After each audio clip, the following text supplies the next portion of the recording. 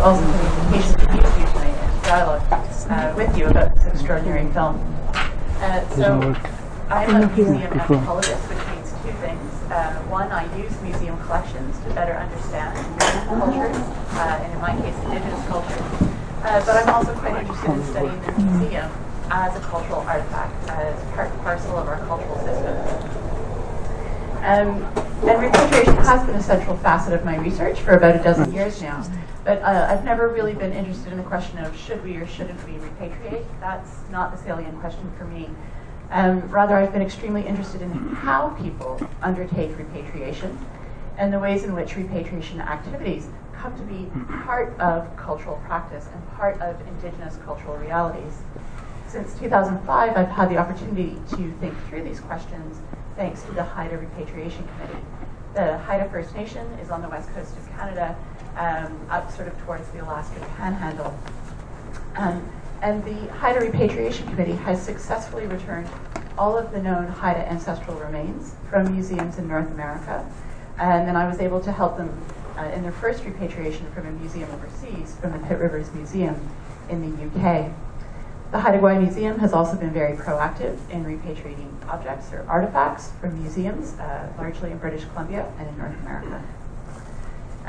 When I first went to do research with the Haida Repatriation Committee, I was quite convinced that land was the driving question here, that there is such an unsettled question of land in British Columbia that in returning your ancestors, you have a stake in that land, and it sort of confirms and affirms your relationship to land.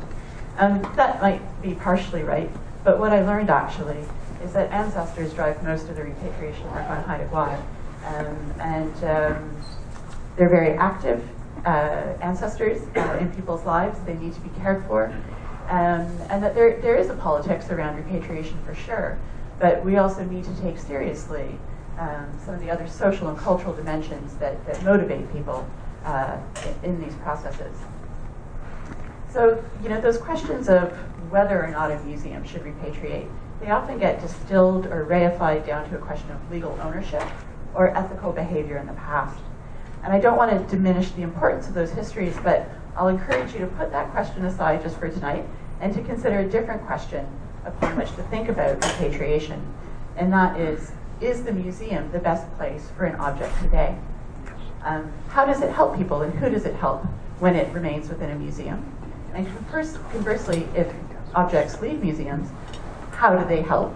And who do they help if they are reunited with communities for whom there's a direct social and political and familial function?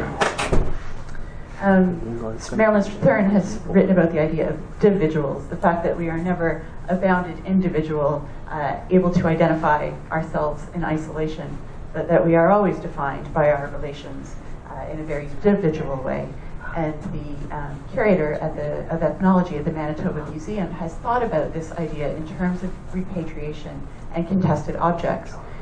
Often there's, when we get down to those legal questions, we distill a very rich object into a question of ownership, and we turn it into an object. We reify it, and we limit its relational capacities. And she's arguing for us to think about repatriation and repatriated objects in a much richer, subjective sense, where we call to mind all of the social relations that object is part of, all of the ways in which it is a individual rather than an individual. And I think this film actually does a tremendous job of bringing that to light. Increasingly as well, I think, in the museum world, we see museums putting aside their trust in the benevolence of preservation as a core mission, and instead trying to think about sort of what's the point of preserving an object if we're not involved with the preservation of people? And how can museums contribute to supporting and perpetuating cultural identities and practices? Now, of course, every time we talk about preservation, we get into some tricky territory. We run into the risk of confusing preservation with stasis, a sort of unchanging material state, and an authenticity that is really tied to a past form as opposed to an evolving form. So what I've learned from Haida colleagues, and what I've been so interested in terms of this film, is the degree to which preservation is not tied to sort of reified notions of the indigenous and the traditional. That instead we get to follow the Amis process of repatriation over many years through a series of conflicts and negotiations, a self-awareness of the pressures and responsibilities and opportunities of being Indigenous in today's world.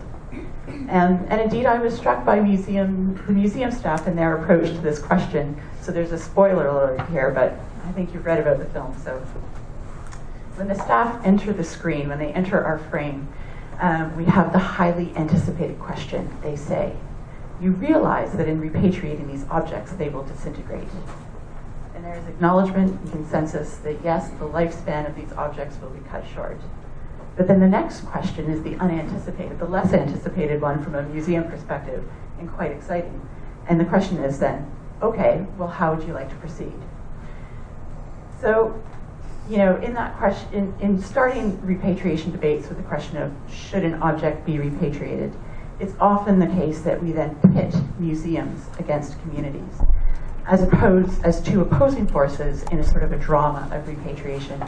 And I think this story is a useful reminder that there are multiple histories and trajectories of repatriation. There is no inherent reason why museums should be pitted against communities.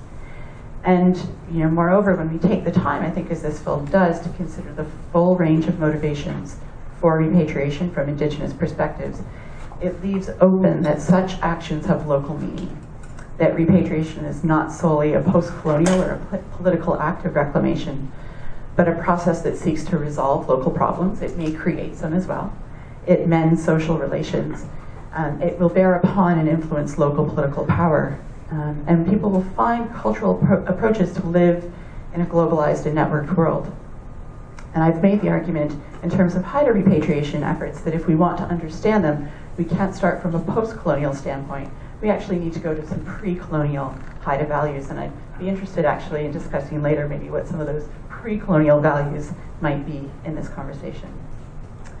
One element of the film that particularly resonated with my work with the Haida Repatriation Committee is this very active role of ancestors in people's lives and that ongoing agency of the deceased and the ongoing care and attention they require. And for me, one of the beautiful things about anthropology is that we don't try to rationalize these ancestors away. Rather, we understand that people's beliefs about their ancestors influence their life choices, their interactions with the world, their motivations, and the potential consequences or outcomes of their actions. And it helps us understand that why and how of repatriation and how these explanations begin locally within particular cultural trajectories.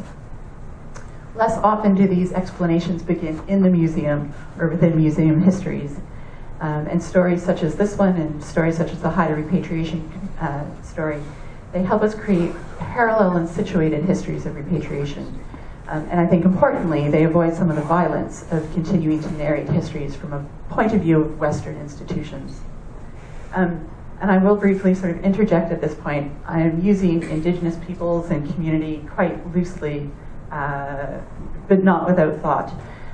These are often shorthands, and they can erase the heterogeneity and complexity of populations, and it's not my intention to do that here. And indeed, museum studies is particularly bad at using community as a very catch-all term, and it can mean everything from a special interest group to a city to an entire nation to a globalized movement. Recently, we've been spending time with South African colleagues and public historian and museologist Suraj Rasool. He offers a different way to think about communities and museums, and he proposes that there is never a public or a community out there, predefined and ready to receive the advances of a museum. Instead, he argues that communities or publics are constituted by the actions and interactions with these museums. And I think this is a productive line of inquiry and helps maintain questions of representation, who has the right to speak, who has the right to make decisions, even in post-colonial, decolonizing, collaborative, and Indigenous contexts. We're forced to look afresh at who is participating and why. And our film tonight troubles this a little in that it is not at the museum's instigation or need for consultation and collaboration that a public is formed, but it seems that there is a public that is beginning to form in order to dialogue with this museum, and in many ways to be an interlocutor between the museum, the objects, Amis families, and government. And people's participation changes in this story through time, and their participation, their perception of the need to participate and the need to repatriate, the need for the reconstruction of the house, all of these change through time. So indeed, this is a helpful reminder that the process of repatriation is often several years in duration.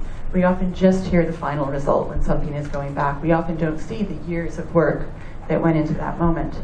In these decisions, there's periods of intense activity, there's lulls in activity as parties work through their decisions.